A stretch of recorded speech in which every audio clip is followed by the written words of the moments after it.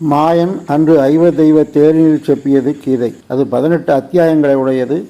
அனைவருக்கும் விளங்கியதாக அர்ஜுனனுக்கு விளங்கினாக சொல்லப்படவில்லை. அப்பேற்பட்டது இல்லாமல் அஷ்டாதச ரகசியம் என்று சொல்லி பிள்ளை உலகாரியன் நமக்காக அருளை செய்திருக்கின்றார்.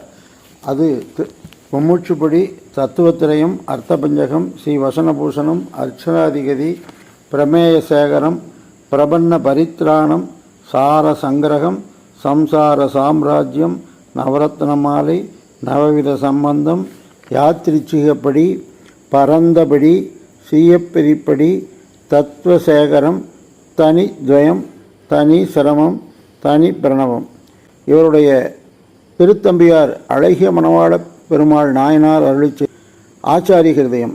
இந்த 18 ரகசியங்களுமே வைஷ்ணவ சித்தாந்தத்தினுடைய பொருள் மட்டுமில்லது வேதாந்தங்களுடைய கருத்தை சொல்ல வல்லது.